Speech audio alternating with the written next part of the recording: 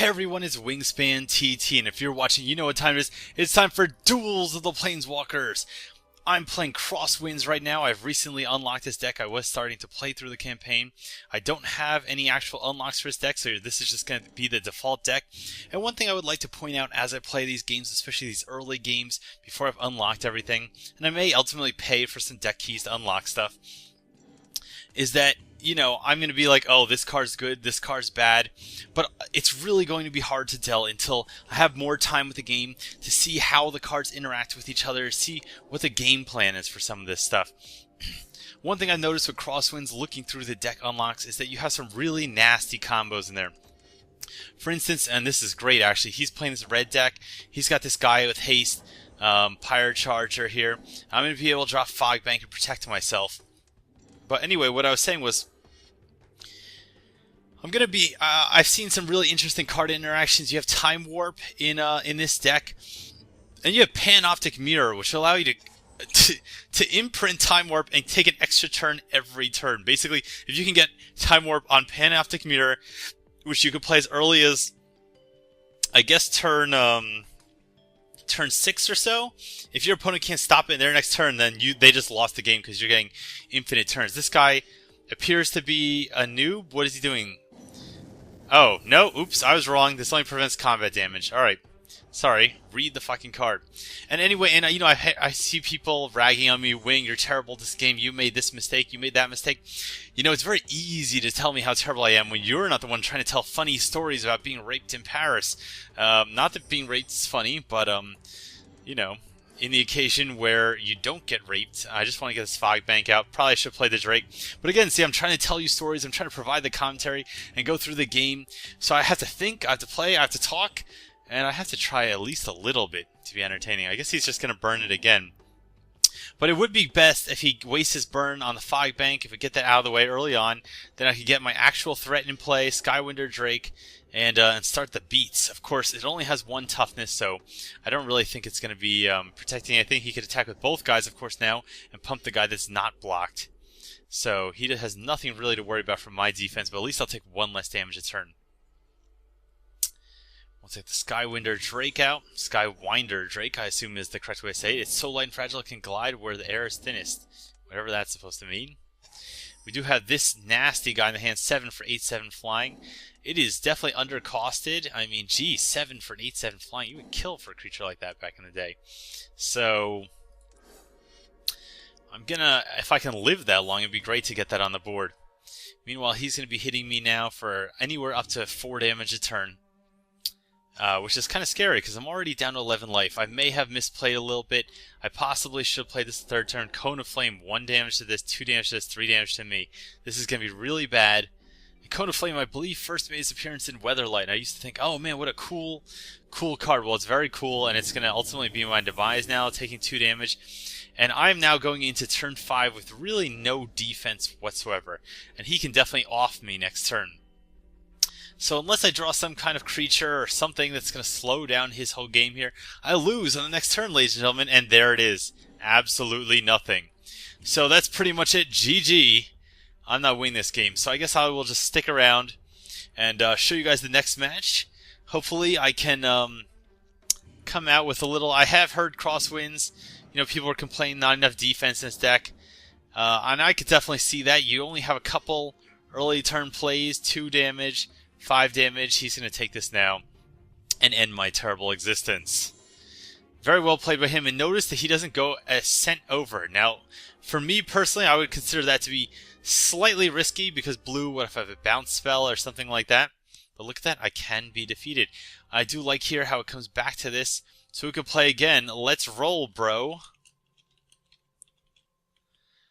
And play another match. So I guess he might be switching up decks. I do want to unlock some cards for Crosswinds, and I do want to try to build a deck to get some nasty combos out there, get Panoptic Mirror, get Time Warp, or even Time Warp using Archaeomancer. You can get some really nasty stuff. So this is rough. Don't have anything to start with, but starting with the 3 lands, I think I'd like to start with that. So let's just hope that he has nothing absolutely nasty like last time, of course. I'm just going to guess he does. Curiosity, I've always liked this card. Although it is an enchant creature, it is an aura. And I don't get, what does this art have to do with Curiosity? Anyway, And let's see, he plays 0/1 Taunting Elf. Scary. Okay? But ultimately, that's not going to hurt me right now. I do have Rights of Replication, so he's playing green. I guess that's a good thing to have. Whenever an enchanted creature goes deal damage to opponent. Alright, so you can't put this on his thing, and it doesn't matter. It's 0/1. Anyway, what I was going to say is, Curiosity, unlike most auras, if you can play this and attack that turn, you're automatically going to get some kind of benefit. You're automatically going to get one card back, so it's going to pay for itself. So ultimately, in most circumstances, for the 1 mana, it is going to pay for itself. You are going to get the ability to instantly get your mana back. Now, next turn, I could play Curiosity on this thing, attack for 3. I could also play Talrand's Invocation, get the damage on the board, get the blockers on the board, which I'd like to do. Although now he's got this Taunting Elf, which he may equip, which is going to get trample and get +1/+1 counters every turn, which could be scary. So he would have this thing I'd be forced to block every turn, and it would get +1/+1 counters, which he is going to equip now. So as long as I swing with every single turn, Talrand's Invocation, it would be good to play Talrand's next turn so that even if they're forced to block, it's before this thing is too scary, then I can drop the Curiosity after that. And I can save Right of Replication for when there's actually scary, when he drops Scary Threat on the board. Now I know I didn't diss Right of Replication before, but the reality is this deck has no mana ramping. So the cool Right of Replication is coolest when you get to kick it for 9 mana. It's definitely useful for mana. You can still, for 4 mana, to get a copy of the scariest creature on the board is definitely worth it. Okay? It's just that, you know, in 2012 when you had the definite ability to hit the 9 mana, it was a bigger deal. When, oh shit. So when this thing comes into play, he gets to put a +1/+1 creature token on whatever creature wants. Now it's a 2/3. I'm going to be forced to block it. And is he going to lose this elf, though? How does this work? All creatures must block it? All creatures able to block. So I'm going to have to block. Okay, yep. But is it letting me not block? Because if it's letting me not block, I'm going to laugh. Nope, I see. I have to block with both of them. Alright, just checking. I mean, if there was a bug that let you do that, then I would be very interested. But he's going to lose his Taunting Elf now. So, personally, I don't know if I would have attacked a Taunting Elf until it was at least big enough to survive that onslaught. And now he can reassign the ring here. I would have put the ring on this guy, personally. Because it's a 0/1. It's useless until it's at least a 1/2. So I would have put the ring on that guy so that next turn he could at least have something to attack for 1. Now, there's no point playing Right of Replication, nothing good on the board. I am going to drop the Curiosity on the 3/1. And because he's got the Taunting Elves, I would like to invest into this thing because I can't be forced to block into a Taunting Elf. So if he had another Taunting Elf, and again, I don't know if that deck has more than one, I wouldn't be forced to block with a creature that can't block creatures that are flying. I get to draw this thing, which basically sucks. This card sucks, Hydro Surge. It has some uses sometimes, but this isn't one of those times. And I could use Right of Replication on this 3/1, but I just have a feeling he's going to play something scary. And when you play something scary, that would be a good time to Right of Replicate. Especially something with a cool ability that you can use every turn, some tapping ability. Let's see, he's playing 4 mana. He's going to 4/4 at the beginning of your upkeep. Return a creature you control to its owner's hand. Alright. So that's very good for this deck, because he can cast this thing every single turn and draw an extra card a turn. I don't know if I'm actually going to Right of Replicate this 4/4 yet. I do have some time. I'm ahead in life. He has creatures he can't block. I am getting closer and closer and closer to the 9 mana. So it'd be a lot better to save the Right of Replication to be able to cast that. I'm going to attack with both attackers. I'm going to see what I draw with Curiosity before I decide other things. And that's another thing. Don't play your cards until after combat unless you have to. And now I have this Hatchling, which is definitely not great or anything, but it can provide some early defense. Just drop him. Now he can't attack with the 1/1, the 0/1, the 2/2. It's basically pointless. His 4/4 can attack. I can Hydro Surge if I have to, but now, next turn, I get to drop the Sphinx into play. 7 for 8/7. Then I'm going to have the scariest creature on the board. So I like this. Look at this. So he could drop that other guy into play and now start dropping +1/+1 counters on everything. Very, very cool. So this is a very cool mechanic, but he basically has to stop me, like, within a turn or two. So what is he casting now? When enters play, target forest becomes a 4 or 5 green tree folk. Okay? And now,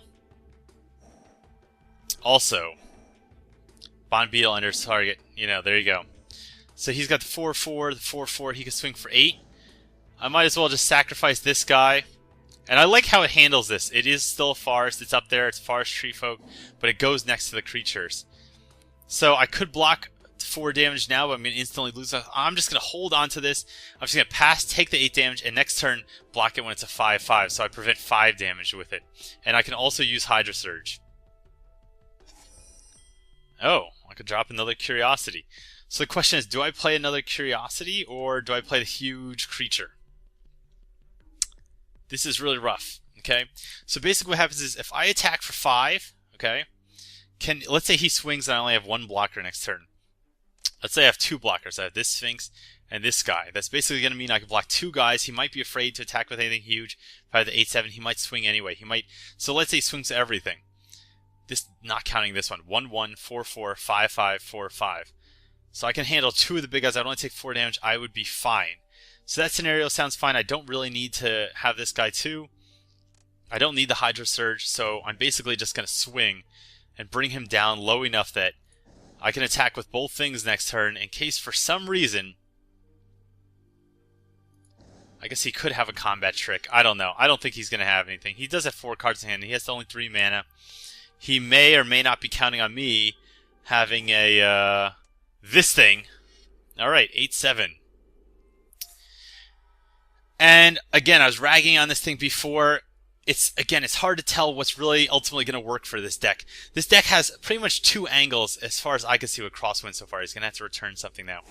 One angle is having a lot of flyers stalling on the ground and then coming with flyers for the win. The other angle is having a lot of instants and sorceries that you can play over and over again with things like Panoptic Mirror, Archaeomancer, with the rebound effects. So which of these is more powerful, I don't know. And then there's straddling the fence a little, where you have Talrand's Invocation, so you get those flyers, and oh shit, it has Overrun. Well, guys, LOL, I'm dumb. Okay, so basically I played that completely wrong. His attack with I don't know actually if it has enough damage. I don't think he has enough damage to kill me. So basically, if I blocked 8/8 here, 1 damage trample is going to come over, and I kill this thing. Okay, so I'm going to take 1. No, he's not going to be able to do it. And I'll block the 4 here. I'm going to take 8 damage, so I'm going to survive, and then he loses next turn. I'm dumb and I'm lucky. Alright, I live. But not lucky enough. Not lucky enough. Silly rabbit. Tricks. Alright. And there we go. We're going to swing. Anyway, guys, I'm WiNGSPANTT, and I hope you enjoyed this match. There will be more matches coming, but I hope you stop by TopTierTactics.com to check out more Magic stuff. I hope you stop by my channel again for more Magic fun, and I've unlocked a card. But I'm going to see you next time. I'm going to go, and I hope you enjoyed this match. Cheers!